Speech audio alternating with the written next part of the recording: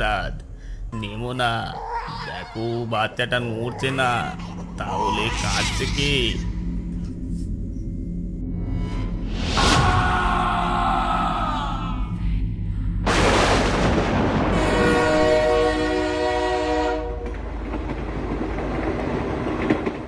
অজয় কলকাতার ছেলে। বহু চেষ্টা করে সে একটা চাকরি পেয়েছে উত্তরবঙ্গের ছোট্ট পাহাড়ি শহর হিটং ভ্যালিতে।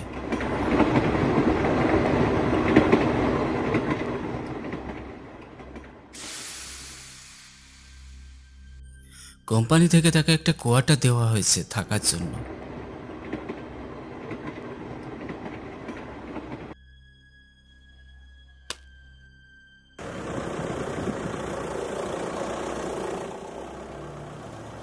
আরে বাবু, আপনি আইছেন নাকি? এত দেরি হইল, ভাবলাম আজ আর আইবেন না। আরে না না, আসবো না কেন?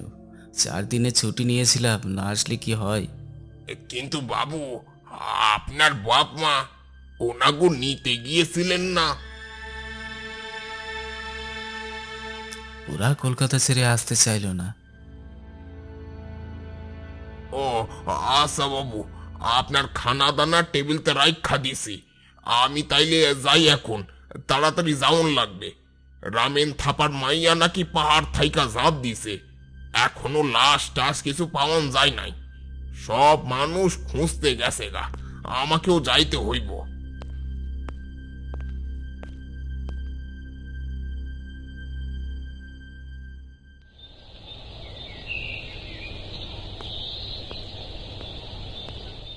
সুদীপ, শুনেছ?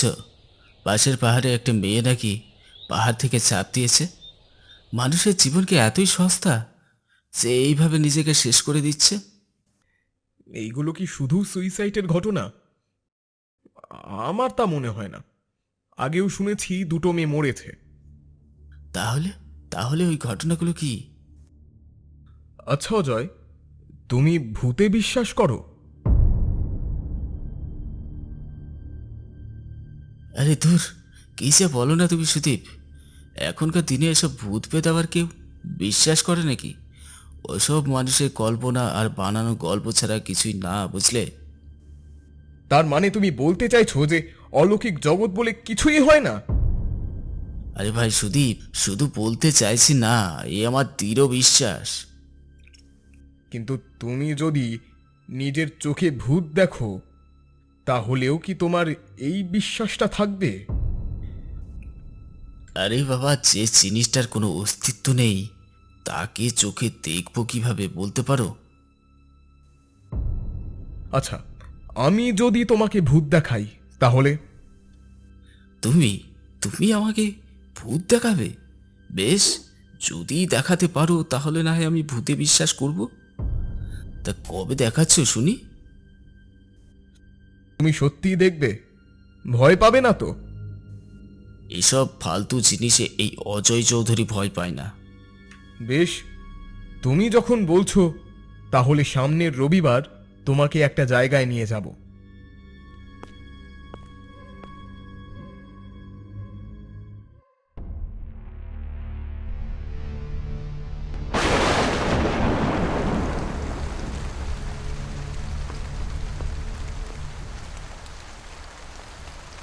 আরে সুদীপ, এসো এসো।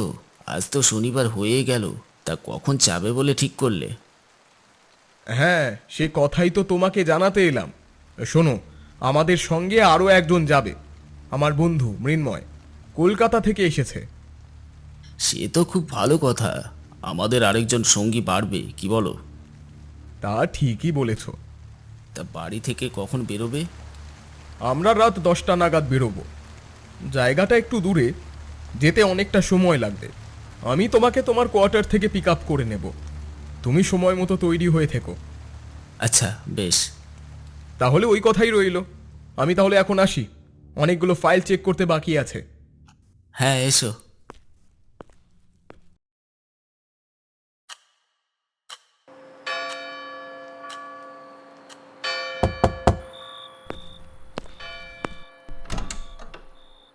তুমি রেডি তো? হ্যাঁ হ্যাঁ, আমি একদম রেডি। চলো এবার বেরোনো যাক। রাত 11টা। পাহাড়ি পথ ধরে সুদীপ, অজয় আর মৃন্ময় তিনজন চলেছে তাদের গন্তব্যের দিকে, যেখানে গেলে নাকি তারা সম্মুখীন হবে সেই ভূত বাবাজির। পাহাড়ি রাস্তা, দুধারে ঘন জঙ্গল, আর মাঝখান দিয়ে ছুটে চলেছে তাদের গাড়ি। ইতিমধ্যে অজয়ের সঙ্গে মৃন্ময়ের আলাপ পরিচয়টা বেশ ভালোই জমে গেছে। মৃন্ময় কলকাতার একটি বেসরকারি কলেজের রসায়নের প্রফেসর, বেশ মিশুকে। ধুর, কেন যে আসতে গেলাম, বাড়িতে নিশ্চিন্তে ঘুমোতে পারতাম এখন। কালকে আবার অফিসও আছে, দূর। কি ব্যাপার অজয়, কি ভাবছে না তো? না, মানে ওই আর কি, তেমন কিছু না। ও বুঝেছি। আপনিও তাহলে আমারই মতো ভাবছেন যে এই রাত দুপুরে আমরা কোথায় যাচ্ছি আর কেনই বা যাচ্ছি, কি তাই তো? ঠিক বলেছেন আপনি মৃন্ময়। তা আপনি বুঝি এই অলৌকিক জগৎ বিশ্বাস করেন? আরে না, এইসব ভূত প্রেতে আমার কোনোদিনই বিশ্বাস ছিল না, আর আজও নেই। শুধু এই সুদীপটা জোর করলো, তাই বাধ্য হয়ে যেতে হচ্ছে। কি ব্যাপার সুদীপ, তুমি এমন চুপচাপ, কিছু বলছো না যে? কি আর বলবো বলো অজয়, জোর করে তো আমি তোমাদের বিশ্বাস বদলে দিতে পারবো না। তবে ভগবান না করুক, আজকের পর থেকে তোমাদের এই বিশ্বাস থাকলে হয়।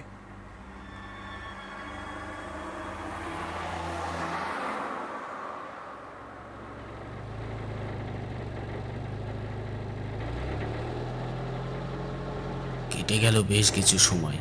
অজয়ের ঘুম পাচ্ছিল। সে গাড়ির সিটে হেলান দিয়ে চোখ বোঝার উপক্রম করছে। ঠিক তখনই কোথায় থেকে একটা ঠান্ডা দমকা হাওয়া এসে ওদের হাড় যেন একেবারে কাঁপিয়ে দিয়ে গেল। অজয়, গাড়ির কাঁচগুলো ভালো করে বন্ধ করে দাও। কি রে সুদীপ, তুই হঠাৎ গাড়ির স্পিড এত কমিয়ে দিলি কেন? অজয়, মৃন্ময়, তোমাদের দুজনকেই বলছি, নিজেদের চোখ কান খুব ভালো করে খোলা রাখবে আর গাড়ির সামনের দিকে লক্ষ্য রাখবে। কেন সুদীপ, ভূত বুঝি গাড়ির সামনে এসে দাঁড়াবে?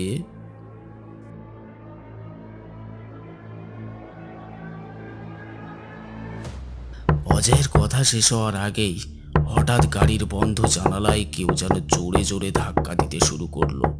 মনে হচ্ছিল যেন কাঁচগুলো ভেঙে ফেলবে। অজয় আর বীরময় কিছু বুঝে উঠতে পারছিল না যে ঘটনাটা আসলে কি। আরে সুদীপ, এইভাবে গাড়ি ধাক্কা দিছে কে বলো তো? একবার গাড়ির কাঁচটা নামিয়ে দেখলেই তো হয়। না মৃন্ময়, ভুলেও গাড়ির কাঁচটা নামাবি না। কেন রে সুদীপ, কেউ তো বিপদে পড়ে সাহায্য চাইতেও তো আসতে পারে। আরে বাবা, এ তোমার ভূত বাবাজি নয়, এত চিন্তা করো না। দাঁড়াও, আগে তো দেখি। ওটা কি? মৃন্ময়ের চিৎকারের সামনের দিকে তাকিয়ে গাড়ির সার্চলাইটের আলোয় অজয় যা দেখলো তাতে তার শিরটা দিয়ে একটা ঠান্ডা রক্তের স্রোত বয়ে গেল। এক বিভৎস নারী মূর্তি বাতাসে ভাসছে, তাদের দিকে এগিয়ে আসছে। তার পরনে একটা লাল শাড়ি, বাতাসে খোলা চুলগুলো এলোমেলো ভাবে উঠছে। উনি কে? এই সুদীপ, কি হলো তোর? তুই গাড়ি থামালি কেন? কেন রে, ভয় পাচ্ছিস নাকি?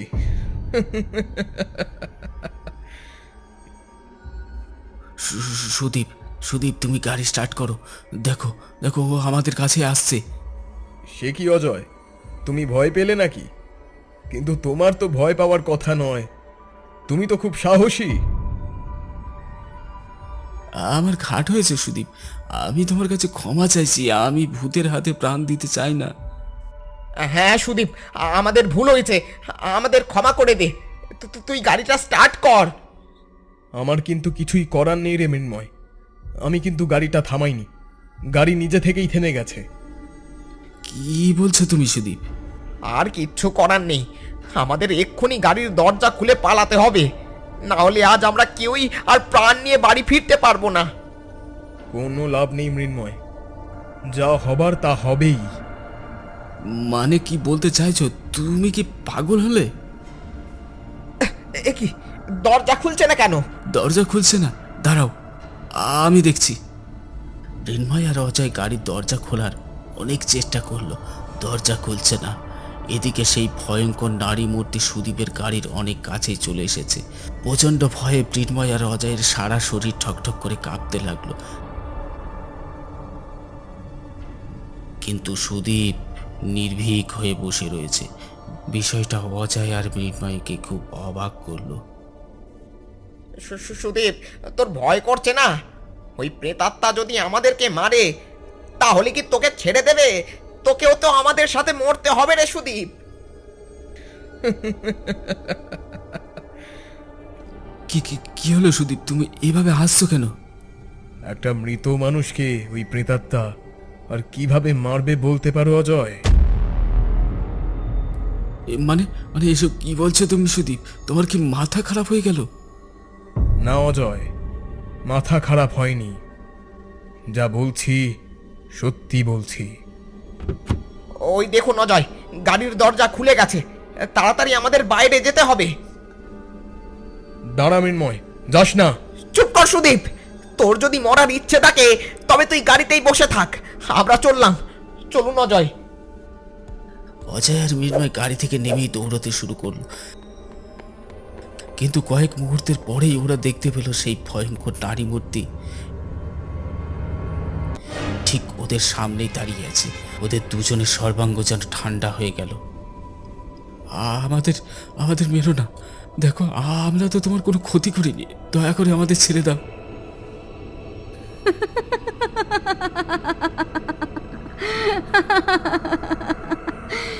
কেন কেন ভয় করছে নাকি? হ্যাঁ, কিন্তু তোমরা তো ভূতে বিশ্বাস করো না, তাহলে এত ভয় পাচ্ছ কেন? হ্যাঁ, করি করি আজ থেকে, এই মুহূর্ত থেকে আমরা ভূতে বিশ্বাস করি আর সারা জীবন করব।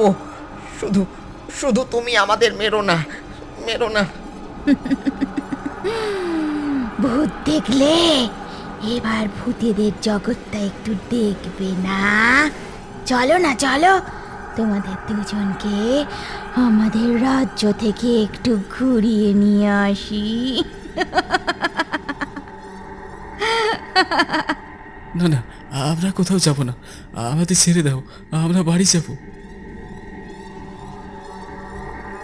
কিন্তু তোমাদের তো আর বাড়ি যাওয়া হবে না। তোমরা দুজনে এখন আমাদের বাড়ি যাবে, যেখানে আমি আর আমার মেয়ে থাকি। চলো চলো, আমাদের সঙ্গে চলো, চলো। নারী মূর্তি তার হাতটা বাড়িয়ে দিল অজয়ের দিকে। অজয় সেখান থেকে দৌড়ে পালাতে চাইল, কিন্তু পালাতে পারল না। ওর মনে হলো ওর পা দুটো যেন কেউ শক্ত করে দড়ি দিয়ে বেঁধে রেখেছে। ওর ভয়ে গলা দিয়ে একটা চাপা কুঁড়ানি বেরিয়ে এলো। সেই নারী মূর্তির হাতটা যেই মুহূর্তে অজয়ের গলায় চাপ বসাতে যাবে, ঠিক তখনই পিছন থেকে শোনা গেল সুদীপের গলা। দাঁড়াও মনীষা, মেরো না ওদের। সুদীপ, তুই তুই ওকে চিনিস? তার মানে তুই ইচ্ছে করে আমাদের মারার জন্য এখানে নিয়ে এসেছিস? ছি সুদীপ, ছি! তুই না আমাদের বন্ধু? এই জঘন্য কাজটা করার আগে তোমার এতটুকু খারাপ লাগলো না সুদীপ? তাহলে কি এগুলো সব তোমার নাটক ছিল সুদীপ? আজ তোমাকে আমার বন্ধু ভাবতে ঘেন্না হচ্ছে সুদীপ। কিভাবে করতে পারলে এমন কাজ? তোরা ভূত দেখতে চেয়েছিলি, তাই তো তোদের এখানে নিয়ে এসেছিলাম মৃন্ময়, তোদের মারতে নয়। তাহলে তুই ওকে চিনলি কি করে? আর তোর কথায় ও অজয়কে ছেড়েও বা দিল কেন? তাহলে কি এগুলো সব তোমার নাটক ছিল সুদীপ? আজ তোমাকে আমার বন্ধু ভাবতেও ঘেন্না হচ্ছে সুদীপ। কি করে পারলে এই কাজ করতে? মনীষা, তুমি আমাকে ক্ষমা করে দিও মনীষা। আর কেউ না জানুক, আমি তো জানি আজ তোমাদের এই অবস্থার জন্য আমি দায়ী। সেদিন যদি তোমার কথা শুনতাম তাহলে আজ আর... না সুদীপ, তোমার কোনো দোষ নেই, সবই আমাদের নিয়তি। মা রিমি, তুই তোর এই অপদার্থ বাবাটাকে ক্ষমা করিস মা, ক্ষমা করিস। কেঁদো না সুদীপ, কেঁদো না। তোমার চোখের জল যে আমি আমি আজও সহ্য করতে পারি না সুদীপ। আমার যে বড় কষ্ট হয় সুদীপ, বড় কষ্ট হয়। আমি যে তোমাদের ছাড়া থাকতে পারছি না। তুমি আমাকে তোমাদের সঙ্গে নিয়ে চলো, নিয়ে চলো মনীষা, নিয়ে চলো। না সুদীপ, তা হয় না। তোমাকে ছাড়া থাকতে আমাদেরও খুব কষ্ট হয়, কিন্তু আমরা নিরুপায় সুদীপ। তুমি ভেবো না, একদিন তুমি আমাদের কাছে আসবেই। ততদিন আমরা তোমার জন্য অপেক্ষা করব। এই জন্মে আমরা একসাথে থাকতে পারলাম না তো কি হয়েছে, মৃত্যুর পরে আমরা সবাই একসঙ্গে থাকব। তুমি, আমি আর আমাদের একমাত্র সন্তান রিমি। যাও।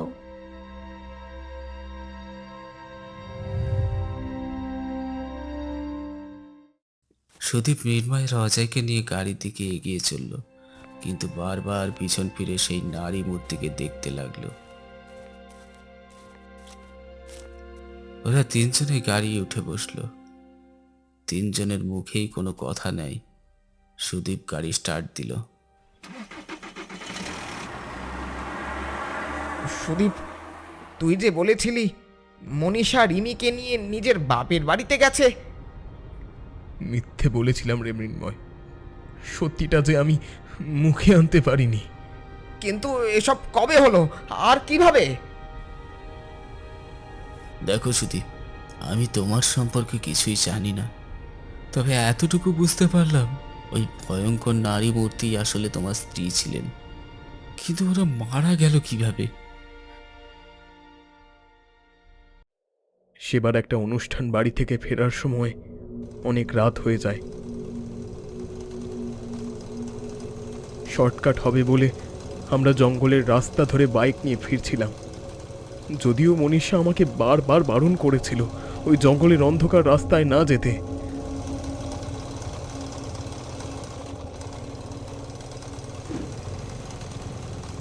তোমাকে তোমাকে বারবার বারণ করলাম এই জঙ্গলের রাস্তা দিয়ে না আসতে। তুমি আমার কোনো কথাই শুনলে না। দেখো দেখো কেমন অন্ধকার, আমার তো খুব ভয় করছে। আরে মনীষা, ভয়ের কি আছে, আমি তো আছি। তাছাড়া ওই জঙ্গলে কোনো জন্তু জানোয়ারও নেই।